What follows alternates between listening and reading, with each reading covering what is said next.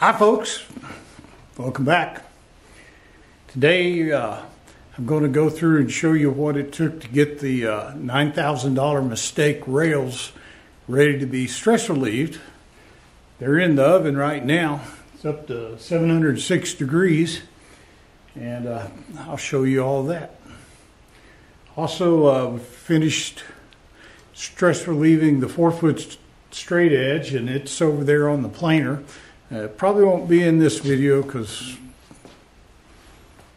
a lot of people don't like long videos, so I'm going to make a shorter one. A lot less talking. I know it's going to be hard, but I'll try. Before we get to these things, is anybody interested in some old machines? I have got so many machines, I'm up to here with projects. And frankly, I just need to clear out some to get the room, okay? I've got 3 machines I'm going to show you today. They're all for sale. Give me an email and we'll talk about it. And without further ado, I'll show you what they are. Well, the first machine that I need to move out of here, even though I really don't want to, is an Axelson 16-inch lathe. I've gone through and cleaned up the head. It's got an oil change on it. Put new electrical contactors and all that stuff on it. Heck, Don even went and restored all the faceplates for it. These are the brass ones. My 20-inch has aluminum ones on it. Don did a really great job of all of these.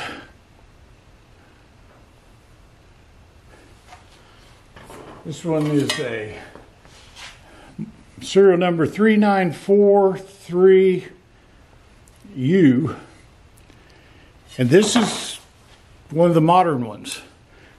Well, modern for 1956. This one, the speeds go up high enough to where you can really use it. This one has a top speed of 1,127 RPMs. Cuts all kinds of threads. It's a nice lathe. It's arguably one of the nicest ones ever made. Axelson was bought out by Monarch. Monarch shut them down because they were kicking their ass. Anyway, we started this up, got it all cleaned up. Motor works fine. Gears work fine. It needs some more work on the saddle, and that's where I stopped, and I just hadn't had time to pick it up. The last Axelson 16 I had that's now Don's, I've looked for years and years and years for a steady rest for it. I found one for this one, and the last Axelson I had didn't have a taper attachment bed clamp. This one does. The only thing this one doesn't have is the handle that everybody takes off of the apron for the clutch. The big lever on top of the headstock does the clutch too. I know a guy in Temple that just contacted me that has one of them, and we could take castings off of it, and then that would be every piece on here. I just don't have the room anymore. It could go over where Bob is, but then Bob's going to be mad because I kicked it out. It could go back in the little machine room, which I'll take you into in a minute, but there's a dual horizontal surface grinder, automatic surface grinder going in there, so I can't do anything about that. So I just need to sell it. Give me a call, or give me an email. I'll put the email on. We'll talk about that. I'll take you in and show you the other 2 things. Now this is the second machine that needs a new home. An old Camelback drill. It's got an electric motor on it. I haven't even plugged it in.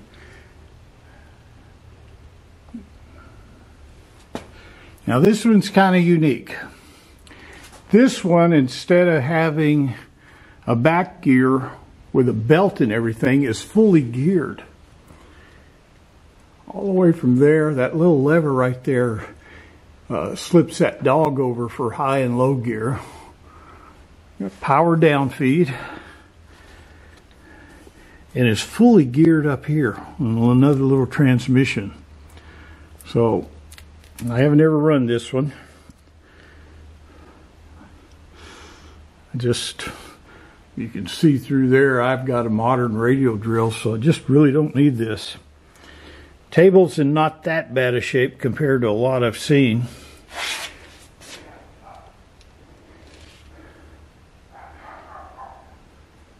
I think it would be a nice little restore project.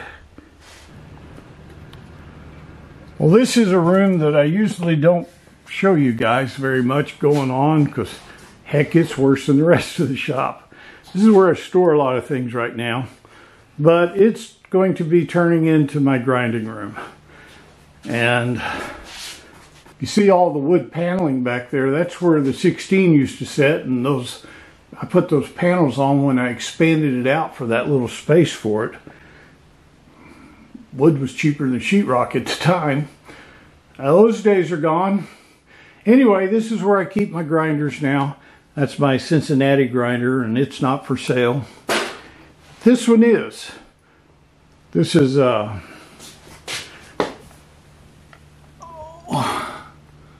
KBC models so-and-so. I don't know if you can read it. I don't have my glasses, so I can't read it, but that's what it says. It's 3-phase. It's got an automatic oiler on it. It doesn't have cooling, but you could set it up for cooling. It's got the buttons and stuff for it. Runs fine. Makes somebody a nice little manual grinder. It's got a magnetic chuck.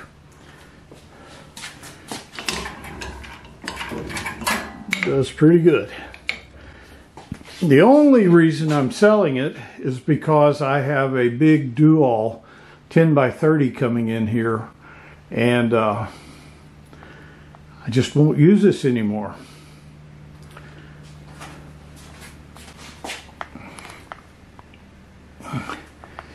Oh, over there, if anybody needs a steady, I think that came off of an Okuma 16-inch.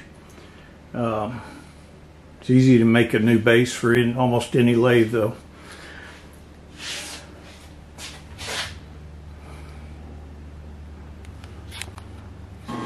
Well, we're going to continue on with the planing of the 4-foot. I'm getting these rails ready to go in the oven. Don came by and maybe show you a little clip. For some reason, 2 of the clips that I took of Don being here were squirrely. One of them got rid of about 30 minutes of film. Why, I don't know. But we'll finish cutting this one up and we'll go from there.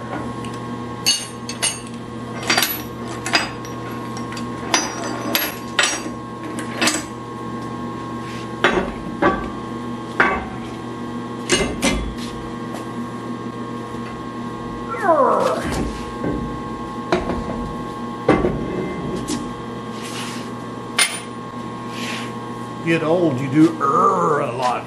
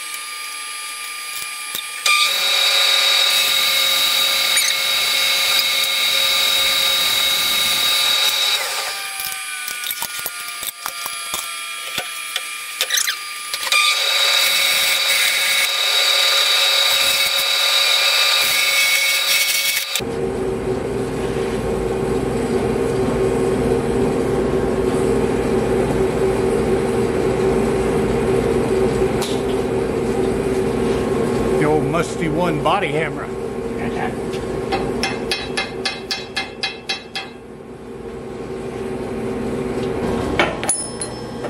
All right, got 8 of these. Don wants one. Give it to him for his birthday. Now, got to clean up this side where the gates came in. I'll clamp them down and let it go slow across that.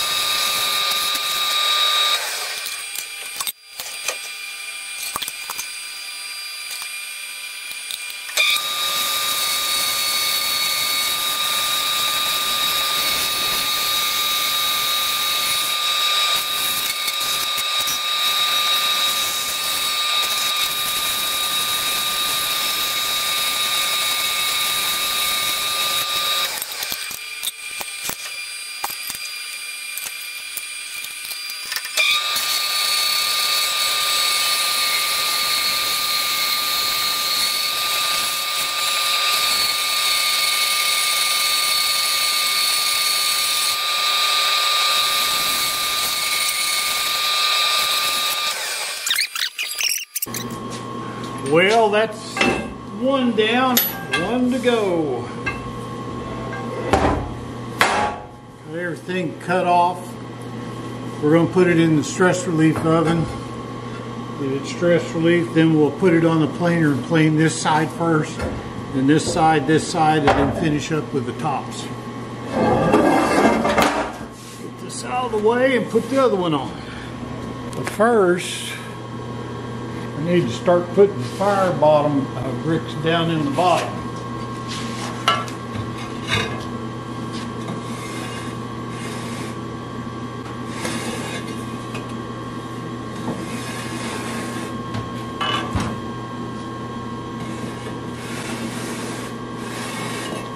See how over the years stuff slides along. Well, this thing's hard enough to protect the soft fire brick.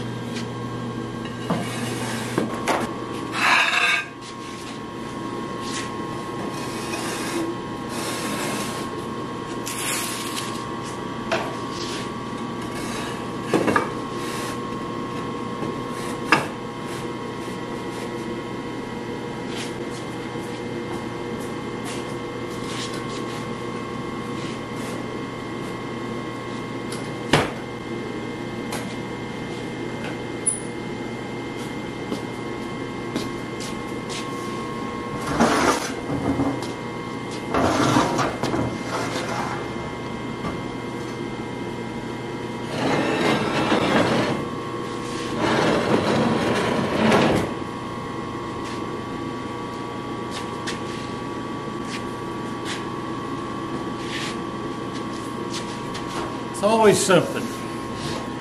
1/4 inch too long. But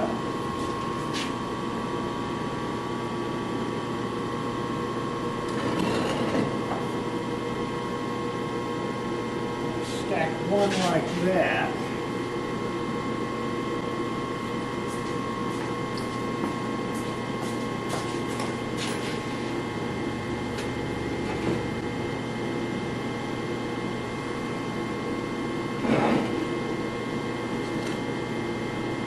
Still 1/4 inch too long.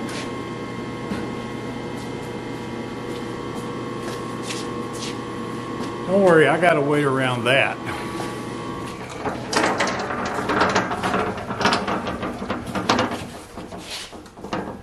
Remember how they were too long?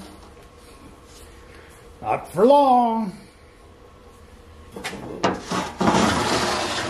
to do it like this.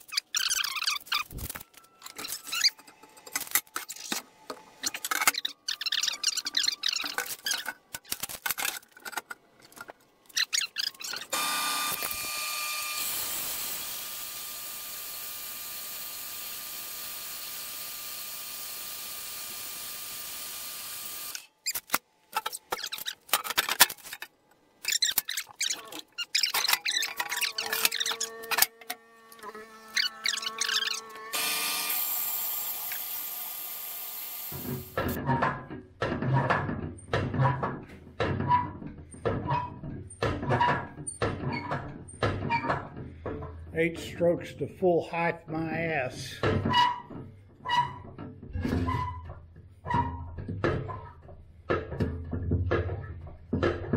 $80 strokes is more like it.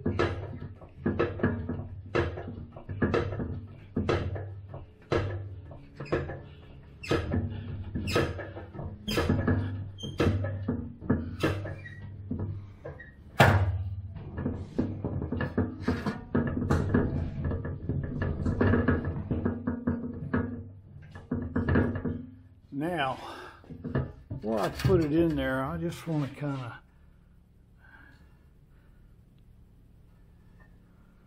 that's reasonably straight. If anything, it's kind of bowed a little this way. So I'm going to put this one down. And this one, I'll look at it.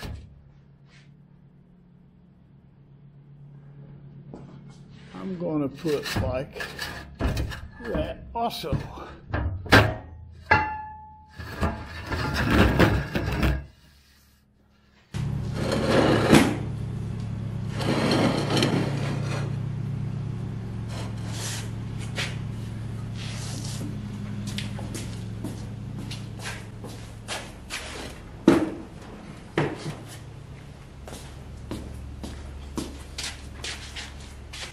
These are all the little blocks that I cut off, the riser blocks.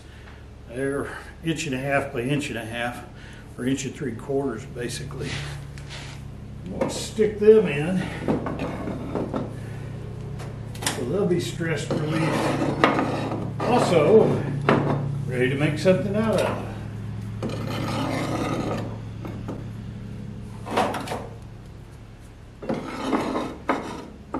Mind having to cut them off, but now I've got some little scraps of stuff to make nuts out of or whatever.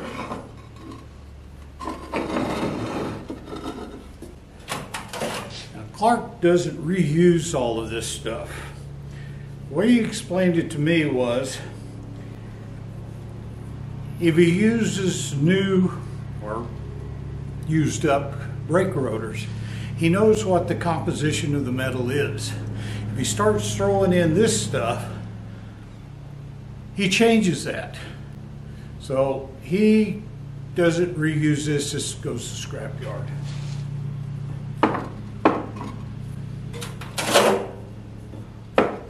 All right, see if I can remember how to turn this thing on. And for those of you wondering, if you notice, the back door's closed. It was closed on the other time when I turned the camera off and walked down there, but y'all didn't see that. And I do appreciate you sticking around to the very end of the video to see that. 3 people left me comments. Now let's see if I can remember how to do this without screwing up. And I think you hit the run stop twice. Get these lines, then hit enter. Voila! It'll start heating up now. If I did it right. I wonder if you have to do run twice. I don't think so. It says it's 61 degrees inside. This is the thermostat up on top. It reads the temperature.